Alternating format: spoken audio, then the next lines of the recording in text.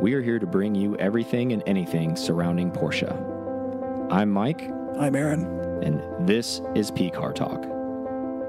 All right, welcome to the episode of P-Car Talk. I'm Mike. And I'm Aaron. Back in St. Pete still, which is nice. We're home for a couple weeks. We will be home for a little while. Yeah, balmy 72 degrees outside.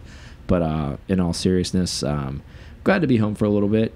Let's go ahead and thank our internal sponsors, right? That's what I like to call them because they're our home team that has our back, right? Let's go after them. We'll do it. It's all the Patreon supporters. So we're going to go producers first. We got Brandon J, Eric A, and Robert G. Then we got the long list of Sriracha Boys. Them hot boys! Which should be getting there. If you're on the first run, you should be getting your second item because it's probably been 6 months by now. Or it's close to it. We got Scott H, Matthew G, Brian R, Matthew M, Sean H, Nikki F, Todd M, Aaron L, Richard P, Ray L, and Robert W. Thank you guys so much. And I know some of you are double dipping as P-Car Talk members and Sriracha Boys. We did discuss this on the last show, but I'm going to keep telling you because apparently psychology says that you need to tell people at least 10 times before it sinks in. So if that list hits 50, we're going to do a spring drive in 2023, I think is what we're going to try to do with that. And that's going to be a Sriracha rally. We're still going to do the foreign in the fall. So that's going to be in addition to that. So if you're on the waiting list and you want to go on the foreign drive, or if you already are on the foreign drive and you want to go on a spring rally, that's how you'll be able to go on it. We haven't sent out that email for the members yet, have you? The waiting list members. So right now we're discussing this is going to come out on Thursday. So maybe Monday morning, after the weekend comes, can they start expecting that the people that are on the waiting list that are probably checking? The RSR membership may or may not be still open right now because Nikki stepped up and he wanted to be an RS member. Okay. From the base member. So. Okay, but you're going to send a list to the people that are on the waiting list, right? Okay, so let's go ahead and where they're listening, there's a hard date. And I'll look it up right now. So we'll say Monday the 25th, October 25th. Right. Check your emails. Aaron's going to, yeah. That's if you're on the waiting list. So if you are listening to this, you have the weekend to get on the waiting list because he's going to just check that waiting list and he's going to distro out everything that's on that waiting list and it's available. And again, you only have 24 hours to sign up. That is for the P-Car Club members. We do have a couple openings, so we'll have that going. But again, going back to the Sriracha Boys, thank you guys so much. I'm excited to actually get that going and have its own rally and its own club in that sense. Like it's still under the P-Car Talk arm. But again, a lot of those folks are double dipping, and we are very thankful for that. I think it's going to be kind of cool to see those folks that are double dipping in the spring and see them in the fall. So if you're familiar with it, there's a rally called Smokey's GT. It does something very similar to that. So I've never heard of it. Yeah, first time. You may or may not know about it. But anyways, enough of that, right? Mission R concept.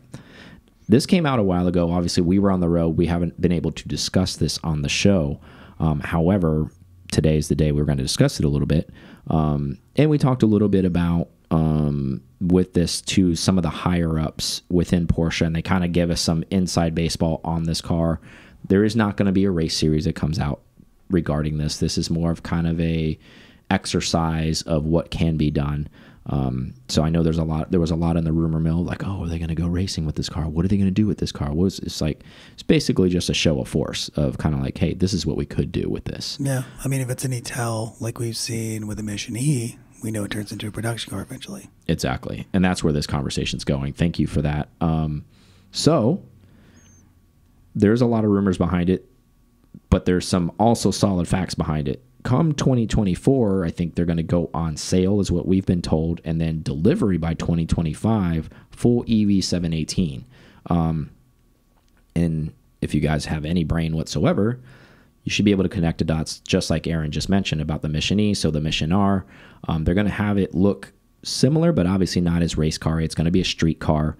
But it's going to get a lot of those silhouette design cues. It's going to probably silhouetting the same way. Obviously, the diffusers are probably going to be different. There's probably not going to be a monster spoiler on the back or downforce or any of that stuff. But headlights, taillights are probably going to be similar. Obviously, wheels will change a little bit because those are motorsport. But kind of the raw data of the looks of it are going to be very similar. And again, this calendar year is basically over. Yeah, it's over. So it may sound like a lot, but 2024 is just 2 years away. And that's when they're taking sales, and then they're going to be delivering this car in the following year. So we're going to be seeing this really, really soon. Yeah. Your thoughts on that, and then we'll discuss why there is actually some push behind it with some data that Porsche has given us. But what are your thoughts on that? I was just thinking, if you have an EV, and if there's an EV option and you drive it, how are you going to even feel like the combustion car is going to be quick at all? It's not going to feel the same. No. Yeah, there's nothing to compare that to. And if you've ever been in an electric car, I mean, that's true. The torque is immense in these things, and I think it's going to be pretty rad. I think you and I discussed this offline many times, and it may have spilled over into the show. I really see a place for this in a lot of cities, especially where people are maybe still commuting, even in this day of like where people are work from home a lot, the folks that are still kind of commuting and have the means. I see this actually being a very sexy idea for a lot of folks to say, hey, I do want an EV, but I want it to look cool, and I want it to be a sports car. I don't want it to necessarily be a sedan, and I don't need a sedan. And I think this is going to check a lot of people's boxes. And I hope, I shouldn't say I think, because they haven't discussed any numbers as far as like what this may cost. But if they price this competitively, and I use that loosely because obviously we know Porsche products are very expensive. However, if it's somewhat reasonable, like meaning sub 100,000, I think this car will sell a lot. Now, if this is in this 100+ range, I think there's going to be a tougher market. Now, I don't think their goal is high price, low quantity. I think it's the exact opposite. I think it's lower price, higher sales. Like, so they want to sell more product, make more of them, and have maybe a lower price. That's what the feels I get on this car. I hope that happens. Ready for the Cayman Turbo? Yeah, that's what it's gonna be. Exactly right. It's going to be nuts. So the little bit of data that I was discussing before, where this thing's probably coming from, while Aaron is just chugging that freaking LaCroix away, like it's going to be empty before we even get to break. The Chinese market is a big influencer on a lot of these EVs, specifically their younger generation. They pulled the data on it that the 718 Biro, their average age is 31 years old. So fairly young person. Oh, yeah. So they're using this data. They're going to pump a lot of these out. I know they're going to sell a lot in China, but they're going to sell them here too. Their goal is obviously all the way around the world, everybody's switching over to this stuff. Car if it's meeting every emission standard. Exactly. Yeah. Like now, I mean, think about that from it kind of the light bulb went off when I was doing this, but like you said, you know, even Florida being as wacky it is and with no emissions, and then you have California emissions, which is super strict, and you have all this stuff. But then if you have these EV cars, you don't even have to worry about any of that stuff, because now you're just breaking the car down to like, okay, does it meet US DOT? Okay, does it meet European like crash standards? It would be like recycling standards and it'd be some other things where the EPA would still be a thing. But yeah, but outside of what it naturally is for the combustion engines. Yeah. So actually, like you said, they can make a world car, and from a production standpoint, that's better for them. So they don't have to make a bunch of different vehicles, and profitability is better because they don't have to be like, okay, well, this is for the Chinese market, or this is for this market, or this is for that market. I mean, mine is probably left or right-hand drive. And then the way that these cabins are made, that's probably not even that big of a deal, with dashboards and stuff, the way they need to run all that stuff. But it's all by wire. Yeah. So, I mean, I think this thing will do really well based off of the, caveat based off price. If they charge an ass load for it, I don't think it'll do that well, because again, the goal is to get people to buy in on it. Obviously, in the Chinese market, they don't care; they're going to buy it anyways. But I think in the U.S. market, I think price is really going to influence how well this does. In my personal opinion, I mean, what are your thoughts on that? Do you think this thing is going to be a seller no matter what, or do you think? I mean, I think they're going to try to align the prices what they currently have. I don't know if they'll aim at the base car first to take it out of the lineup. I think we're going to see just like normal. They're going to go in the higher parts of the lineup. They won't mess with the GT car, but it'll be up there with a GTS or whatever they decide to call the Cayman and Boxsters. And if you've seen it with the Taycan, they're going to be an array of a lot of fancy colors. I'm sure I've seen renderings already in Ruby Stone and all these other, and Of course it looks great, right? It always does. So I'm excited. I hope we see a bunch of them, to be completely honest with you. I think it's a good segue for Porsche to maybe continue to build whatever little minute combustion engine cars that they're going to keep doing.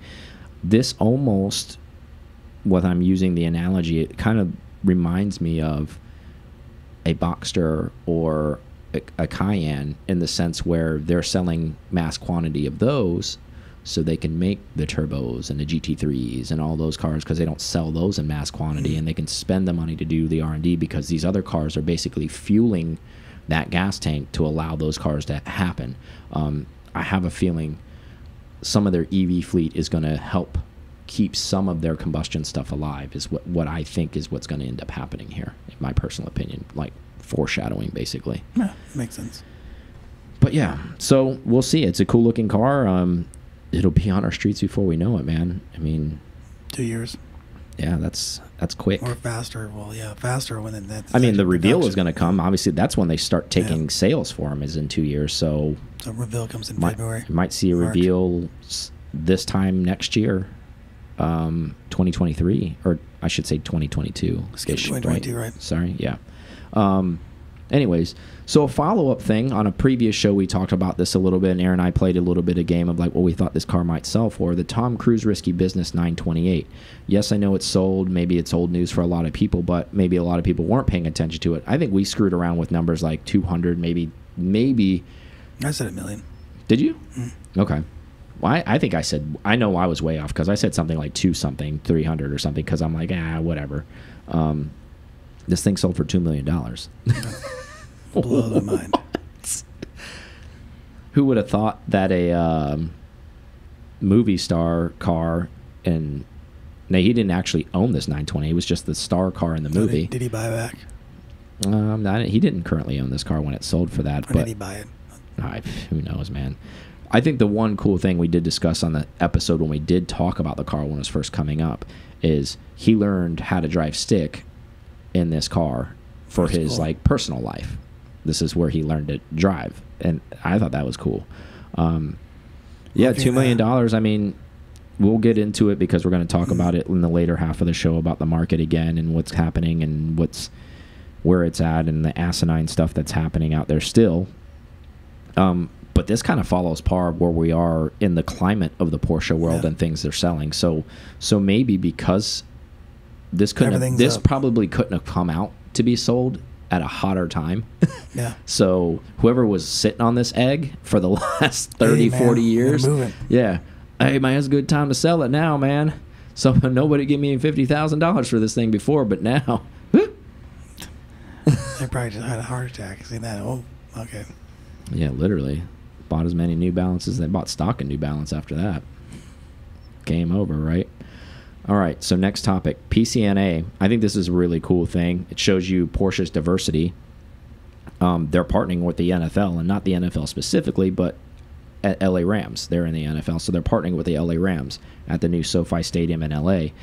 So they're partnering with them in the sense of, for their season ticket holders and their suite season ticket holders, they're going to be offering them like cocktail hours, wine tasting events, specialty dinners, events that happen at PCLA, where at their experience center, where they can come out and maybe drive stuff, and special events for those type of folks that are coming out there. Getting those cars sold. Exactly. So they're diversifying. Obviously, if you have season tickets for the LA Rams, you have a little bit of money, so they're relating that.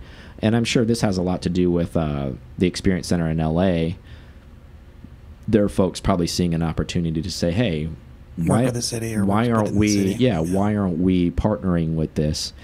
So they're going to be running their ads and commercials on the scoreboard, in that stadium. Cool. And they're also going to have a standing, like neon banner in the stadium too, which is kind of cool. I think it's neat in the sense that Porsche's going mainstream, right? Like they're partnering with the NFL. Like that isn't something they're usually were like, really seen before. Yeah, more of a artsy, like off-brandish. Like now they're going like to get in everybody's like limelight. And we've talked about this on multiple occasions with the show, the positives and negatives of potentially this happening and what may happen here. So your thoughts on this? Is this a good thing, interesting thing, bad thing? What I think it's interesting. I wouldn't have thought that they would work with a NFL team. Yeah. It makes more sense if it's in their own backyard and they're trying to get into the athletes, and if they get one, the thought is they get to scale from that. Mm-hmm. And I'm sure most people listening to our show are in the U.S. just because we've pulled demographics on it.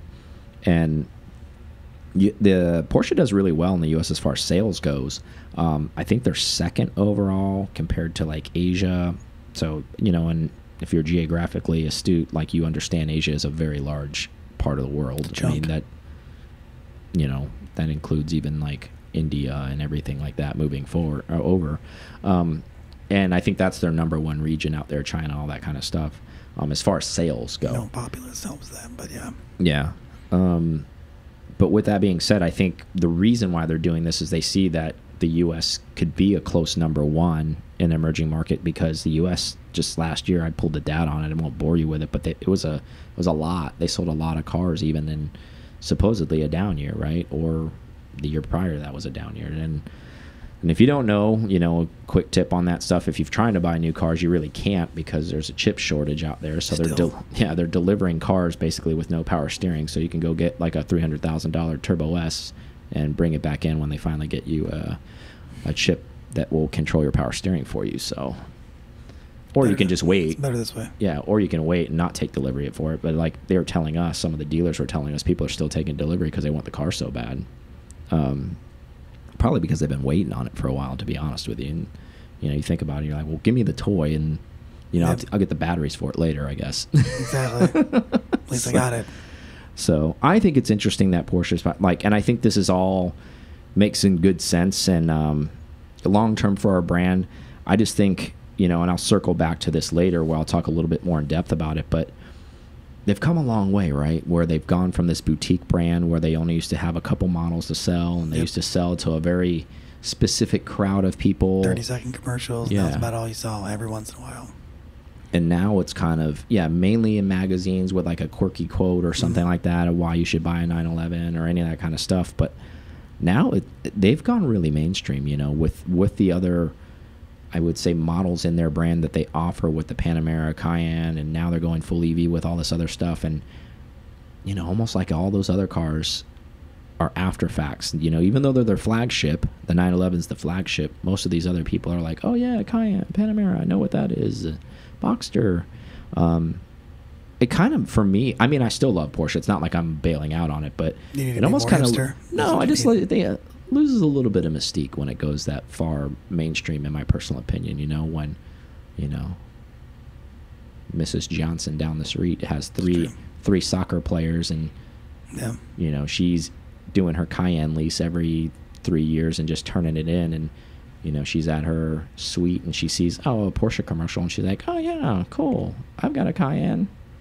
And it's like, you know, this brand was built not on, it was built on, it should be all motorsport. It's like sports cars. This is a racing brand, you know this, right? So what I guess is, maybe I feel like it's losing a little bit of that mystique, and maybe because, you know, thank you to WeatherTech for stepping up, but Porsche, you know, as a brand, as a manufacturer, didn't participate in IMSA this year, so I'm still giving them shit for that.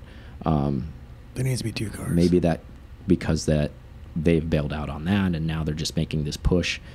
I don't know. It's never been a big. I don't think they're. Is this the band? Is this the band that's been like, you know, we've been listening to? And it's like, oh, I've been listening to Cure since they were playing in the garage and then the alleyway, and then they went mainstream and sold out. And you're like, fuck those guys. I don't think the racing aspect was that big of a piece of pie for them, advertisement wise or any of that stuff. I mean, it's good for us because we're into it, but I don't think that was it. When I see stuff like this, they're spending money to do this. So guess what? The branding price goes up on everything, up and up and up, up and up and up. All new stuff, up and up and up. It doesn't matter. Everything does cost. Somebody's paying for it. And guess who's paying for it? All the consumers. That's who's paying for that stuff.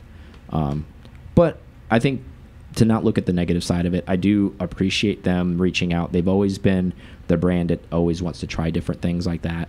This isn't something new. A lot of car manufacturers try to pair with the NFL because a lot of people watch the NFL, so that's not a shocking thing. Like Toyota. But this seems very targeted, right? Obviously, if they're only doing LA, they know what they're doing. They are definitely shooting after a certain group of people here.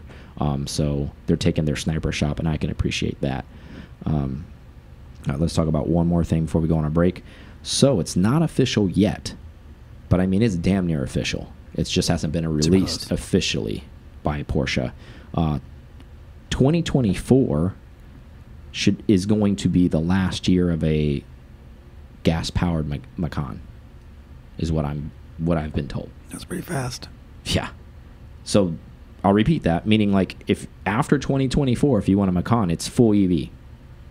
Now there's just obviously like Taycan, different levels of EV, but if you're a Macan driver and you like the Macan and you keep getting a new one every year, just be mindful that page is going to be closed eventually. It's from what they're saying.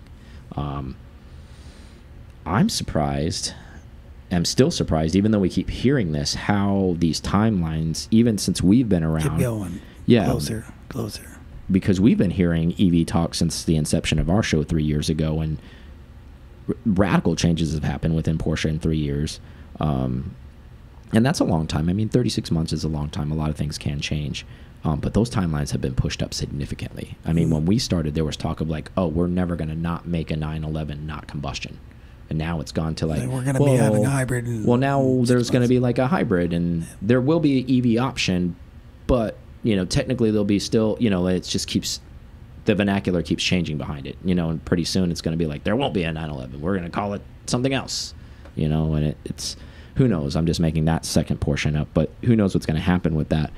But this doesn't surprise me at all, because I would be shocked too, even though it's their sports car, at some point, I mean, not probably as soon as the 2024, but the 718, it's maybe, gotta be the same platform. Yeah, the only 718 maybe combustion you may be able to buy is the GT car now. At whenever this day comes, whenever they decided that everything less than the GT car is just going to be full EV, meaning like, okay, it's the Turbo S version, and then there's the Turbo, and then there's the 2S and 4S and all that kind of stuff. I don't know if they're going to do that, but maybe the only thing offered combustion-wise in the 1718 platform is going to be a GT4 and a GT4 RS. I don't know. Or those things, I don't know if they're going to kill those off too. Who knows? They're being very discreet about the GT products, because obviously that's a whole different division. It's true. And well, I mean, you have one platform, no matter what it is, and you're just, it's a software tune at that point, whether it's a S2. Yeah, I mean, I see it more in the Macan where they can get away with that, as opposed to maybe the 718, because that's still supposed to be a sports car alternative to the 911. Now, if you're only offering an EV in that sports car, it's not an alternative, because it's totally different. Yes, it's an alternative, but it's not really comparable, because at least the 911 will still be combustion, hopefully, at that point. And then if you can only buy full EV, it's like, okay, well, this isn't even comparable. And actually, EV might be faster than a 911 at that point. Yeah, but, I mean, especially a combustion. But what the point of that is, it's supposed to be entry level, right? Where you go in and you can get a Boxster, or you can get the 718 Cayman, and it was the whole 914 concept, right? Like, if you can't get the 911, like, maybe this will get you entryway into the sports car side of the brand, and then you can work your way up into a 911. I hope they don't do that and like take away that stepping stone, because I think that's going to screw up a lot of the chemistry within people trying to climb that ladder, right, to go to 911. I think it'll come down. I mean, just like anything, it'll get cheaper to make and manufacture, and the batteries will get better, and everything is going to get better. And so the prices will align eventually. They may not initially, because it's a heavy cost for any company to like somebody's fronting that R&D up front, right? Yeah. Eventually, and then once that R&D gets paid up, then the people that have maybe waited longer, maybe 5-10 years, then things are more reasonable. We'll see. I thought that was interesting enough to bring up, again, just because of the duration of time. I mean, again, that's in 2 years. They're saying that one's dead. They're killing that one right away. So, I mean, as far as combustion, must be selling a lot of them. Yeah. from a combustion standpoint. Well, you think about a demographic standpoint too. Like, this is all numbers. If people don't realize this, if they go to that almost kind of like where it moves their whole overall cleanliness on the EPA scale of like, okay, this brand sells X amount of clean cars. If they don't sell a combustion Macan at all, and let's say, I don't know, I'm just making up random numbers. Let's say worldwide they sell like 400,000 or 500,000 of Macans in an annual year. That's probably a lot. I'm overshooting it, but let's just say they sell that many combustion ones. Even if they sell half of that in EVs, because they don't even offer a combustion one, that looks good on paper a whole much better, because it's like, man, we just sold 250,000 EVs in 1 year, and just under the Macan arm, and then not to mention the 718 or whatever else they end up, and so it brings over their overall as a brand, the cleanliness where to meet all of these standards. So it, you know, shoots them right up to where they need to be at. So. But anyways, enough of that garbage. Let's take a break, and we will come back and talk about some combustion stuff. All right, we're back from break. All right. So a 911 turbo, 930 body, chassis style, sells for $290. Has 6,000 miles on it. It's a 1988. This is not collector car mileage. We've talked about this before. Where it needs to be less than 3. Yeah. We've been told by other collectors it has to be less than 3,000 to be considered a blue chip car. I'm not knocking this car personally. I'm just saying in general, like, that I feel like for a 930 turbo is blue chip money. I almost feel like this car shouldn't have been up there, but I mean, it was at auction, so whoever's bidding is bidding. Getting the adrenaline up. Of course. Paddles up. Are you shocked by this? Yes, because I didn't think... Yes. I just didn't think... I was waiting for you to ask me that, and I could not answer fast enough. All day. I was like, man, you know what? I saw this thing for sale. No, I didn't think the 930 turbo market was up there anymore like that. Me neither. Like, I haven't heard of any crazy prices. I mean, it was for a while. Mm-hmm. But it's been a long time since numbers like that have crossed the docket. I mean, now, I don't know all the background. Yeah.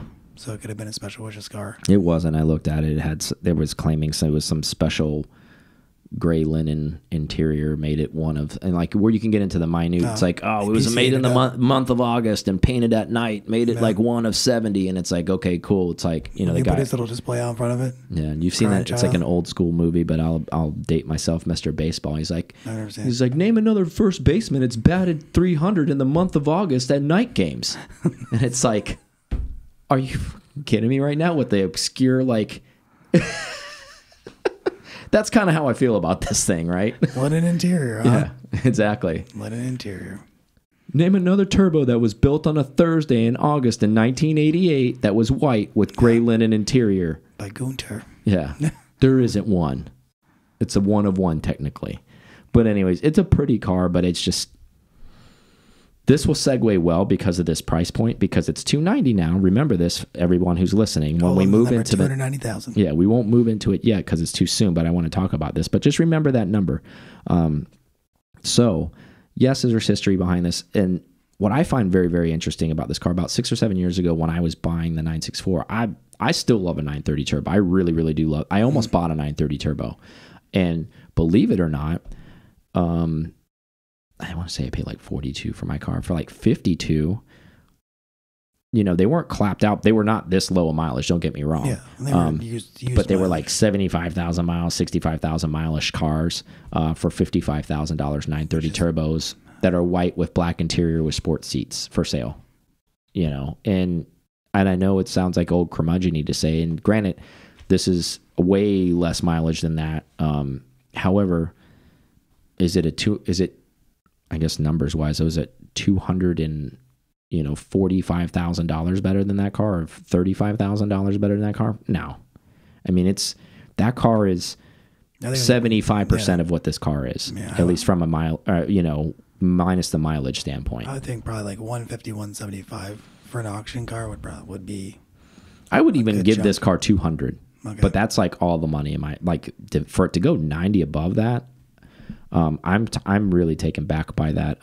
Kudos to the seller, and hopefully whoever bought it doesn't feel like they got taken, but they clearly didn't, because it was an auction, so they wanted to pay up for that.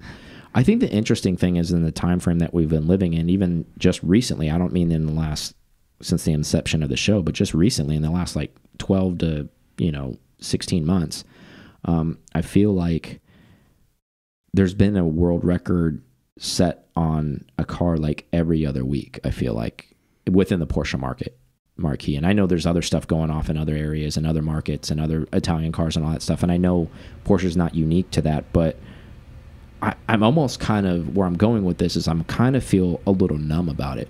You know, when I see it now, like I'm kind of shocked by the number, but I'm like, I'm not surprised anymore. Like I used to be so shocked by these things. I'm like, wow, I can't believe that. You know, I want to say like 6 or 8 months ago, what was that 996 that had like 5,000 or 6,000 miles or something like that on it, and it sold for I think 250 or something like that. Remember that GT3? And everybody kind of fell on their head with that one too, and I was like, oh my god, I can't believe that. Whoa.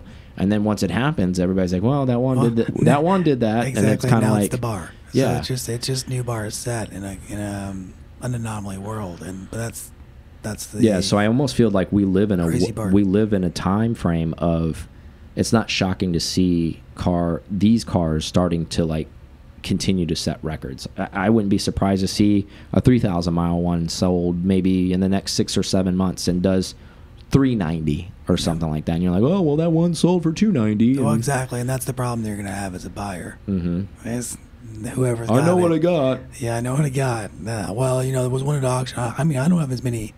My mileage isn't quite there, but you know, based on that 290 price. Come at me, bro. I know what I got. But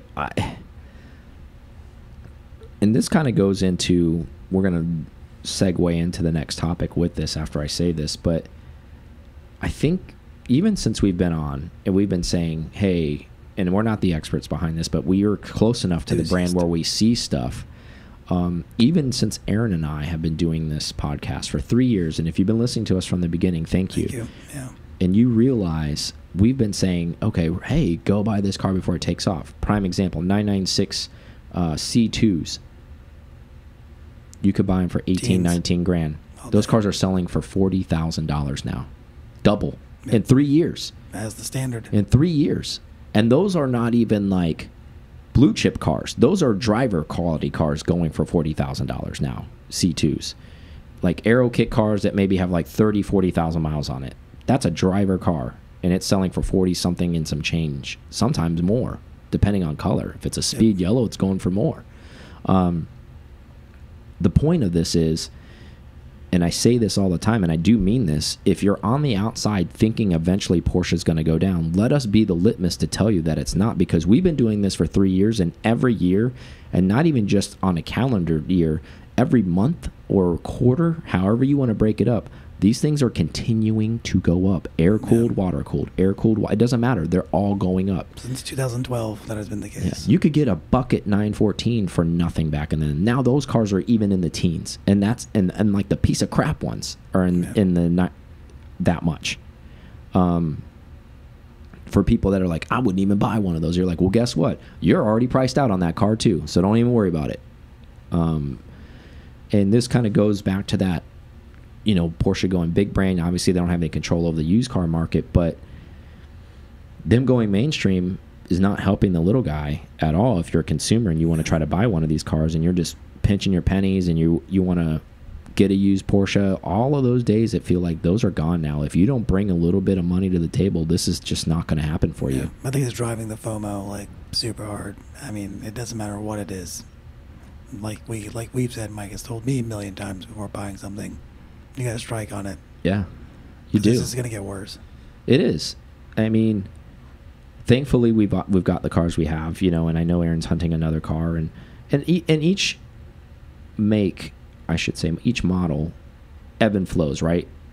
Some are hotter than other ones, but with that being said, just because one's hotter than the other one doesn't mean one is like decreasing.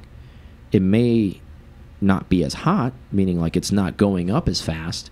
However, it's not losing any ground either. Maybe it's trickling up as compared to like firing up.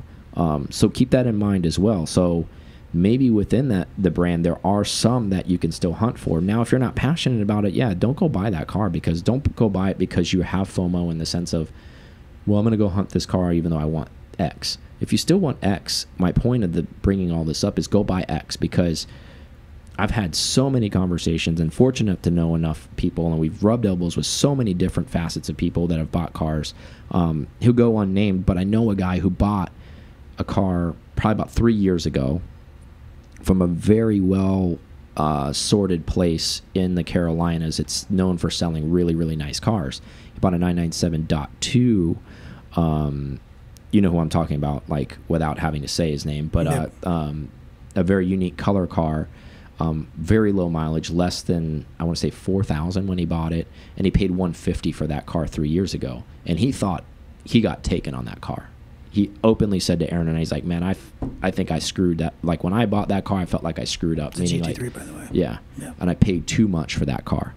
That car now, because he has a lot of cars, he does drive the car, don't get me wrong, but he also has a lot of cars he has to drive. Over the last 3 years, I want to say he put maybe like 2,000 miles on the car. They're hard miles, but the car still looks great.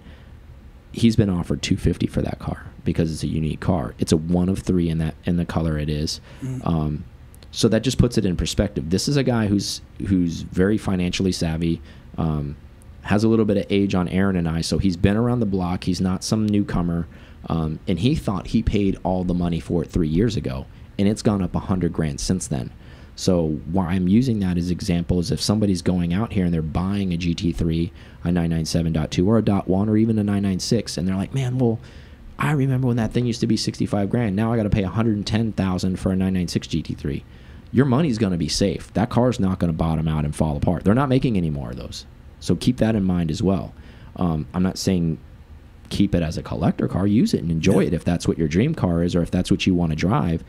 But be safe in the sense of in 3 years from now, I'm not saying that car is going to appreciate 100 grand, but at minimum, you're going to at least be able to sell it for 110. Yeah. And there isn't much out there that you can say, okay, well, I put tires, brakes, and I changed the oil and put gas in it, and I got everything back out of it, and I put mileage on it. That's where the real win is. I think a lot of people are getting caught up and not appreciating that little bit. Everybody wants the big egg, right? Like, oh, I bought this car and I made 50 grand. Yes, that's a sexy story. But the really good, sexy story aside of it is if you put another 20,000 miles on the car and you drove it and you had a good time with it, did all the maintenance it needed for it, and then was able to sell it for at least what you bought it for, if not more, that's the real win. Yeah, the experience is the win, not just the ownership or the selling of it. That's the real win. And that's what these cars, yes, there is a higher level entry point, and if you have to move some stuff around or move some mountains to make it happen, please do it, because eventually everybody knows where their number's at. And if it's too much, I always say stretch a little bit, because pretty soon you won't be able to stretch for it at all, because then it'll be past you, because it's not going to come back down to you. You're going to have to go out and get it, because it's not going to reverse and be like, okay, guess what? GT3s are just bottoming out. They're all 50 grand now. Not happening, man. Because that EV talk we had earlier, all of that stuff is now tying into what this whole conversation I'm having with you right now. Eventually, even in the GT cars, there's going to be some form of a hybrid there. They're going to run a hybrid system just like they did in racing. There's going to be a hybrid cell in there. It may be a combustion engine, but it might not be a 4-liter anymore. It may be a 2.5-liter. It may be a 3-liter. And it is not going to be the same. All of the people that are out there be like, that's not a real GT car. That's not this. And that car will probably eventually be a lot less than all of the ones prior to it that exist. So just be mindful of that. So 992 GT3 selling secondhand, meaning like delivery miles on it, are selling for 300 plus right now. 300 plus.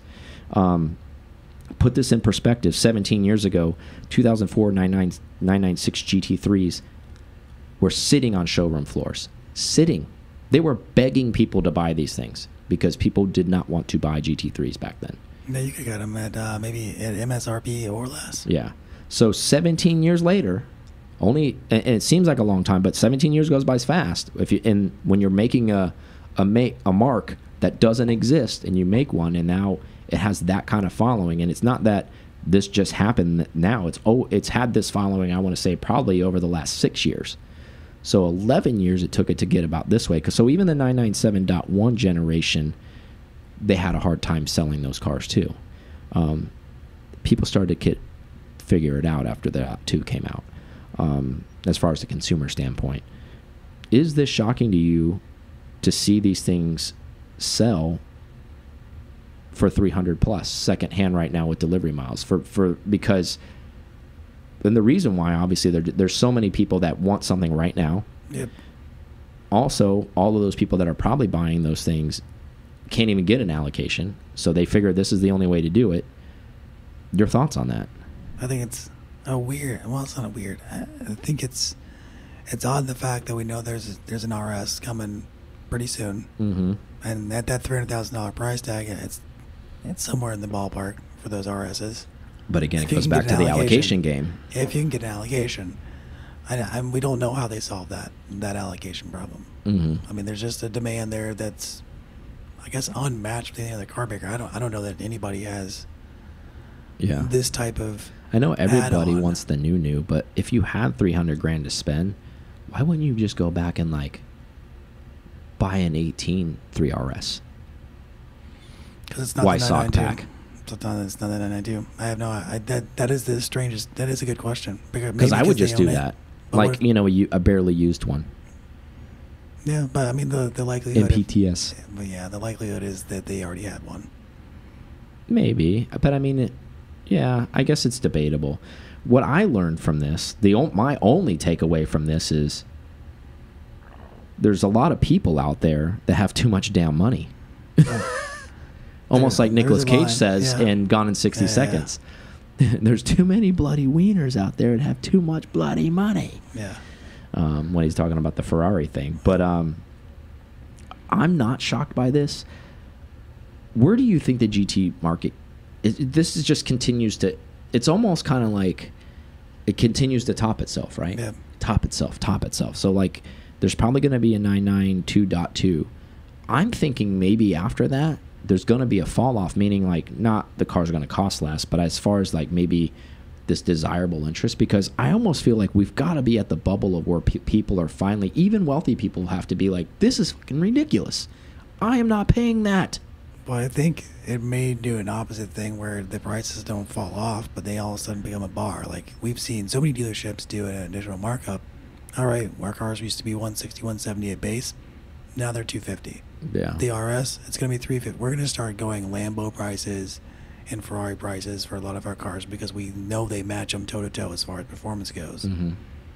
Here we go. Here's the prices. But do you think does that stop that demand? Probably. Yeah, I was going to say, do you think that it doesn't have the same kind of street appeal? And I'll be the first. I love the way the Porsches look, but I'm talking about not the diehard buyers, but the guys that just have asinine amount of So I think that's where we've got to be. That's what I mean by that. We got to be reaching that where people are kind of saying, okay, well that's Lambo money, or that's and then they go and get one of those. But you know, obviously those cars also have their own allocation like list and problems and all that kind of stuff. So, and you also have to pay up for those cars too. There's usually a dealer markup on those cars too if you want to get one of those. So other cars and spend so much I mean, money. it's a game that's controlled all in all, these specialty cars. We had a friend of ours, you know, not to name him by name. He was talking to us, ex-Corvette guy. He has an air cooled, but he's hunting GT4s and GT3s, but he wants a new one. Like he wants an allocation for a new one.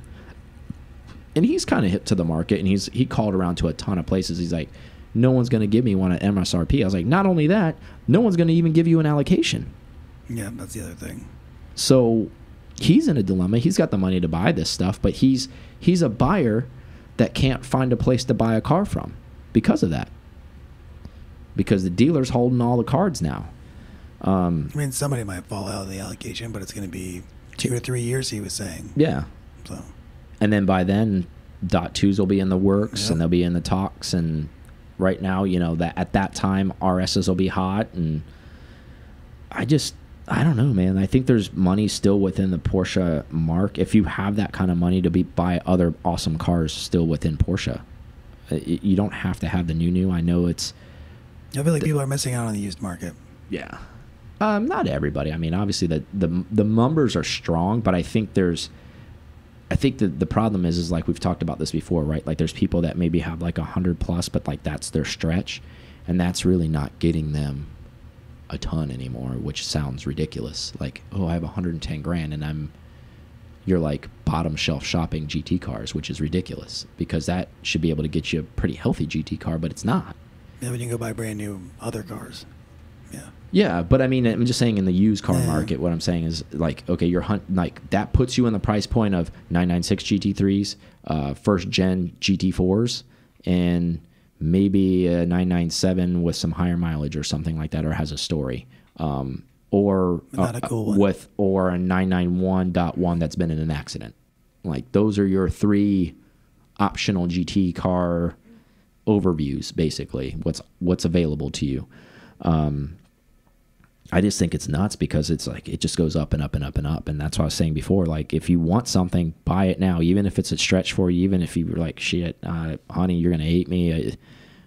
She'll thank you in the long run, because if you're one of those guys, if you hang on to the car in 10 years, you'll have money in the car. You'll have it probably sooner than that, because I really do believe, I think at the 992.2 generation, at the end of that, whenever they call it the next thing that they're going to figure out, when they end up calling it whatever it's going to be, I believe that GT car will have a hybrid motor attached to the actual combustion motor. I believe that'll probably be the only combustion car left in Porsche's lineup, but it'll still be a hybrid. And I think because it's going to be a hybrid is going to make all of the cars that came prior to it go up even more. So you think we've seen the end of it? I think there's going to be another price shift here in the next 5 or 6 years with all these GT cars again. That's just my 2 cents. What do you think on that? 100% think it's gonna happen that way. It's just the same thing that happened on all the air-cooleds. Mm-hmm. We got the water-cooleds, and the air-cooled prices started creeping and creeping and creeping. That's a great, like, end of an era type of thing, right? So that's a great example to use it. So, like, if you can wrap your brain around that, right? Like, the air-cooled was the end of an era. This combustion thing is going to be an end of an era. Even with a hybrid motor, it's still not going to be the full-on motor like the other car used to be. Yes, it might be combustion, but it's going to have a, that hybrid cell in there. It's not going to be the same car. Be faster though. It probably will be. And I know they're going to be, Andy's great at it. Its car is going to sound amazing. It's probably going to perform better. It's going to be lighter. It's going to be all these things. And guess what all that is? That's advertising. That's marketing. That's to get people like us excited and talk about it on the show and people to continue to buy them. But the raw non-bullshit answer is all of the cars before that that had nothing like that in it. Those are all of the pure cars. Like that car after that is not going to be pure anymore. And there's going to be a definite, that is a stop right there in time when that actually happens of like, okay, all of these cars. And we're here. Yeah.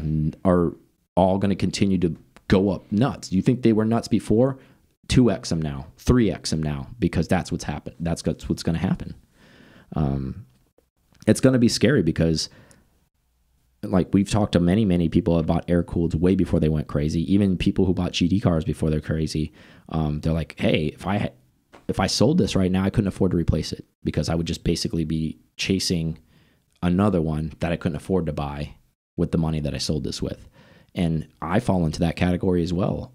I know someday I'm not going to be able to afford any of this stuff because the prices are growing up faster than the more money I'm making, basically. Yeah. So I don't know how this is going to work, but the inflation's real. Yeah, thank God I have what I have, and I'm going to be that old guy. It's like, well, I'm glad I got mine, and I don't know what I'm going to do, And who knows, man? It's a nutso market, and I'm sure we've talked about this before, but where was the day, and Aaron have searched many times, and this is related to even him purchasing his car.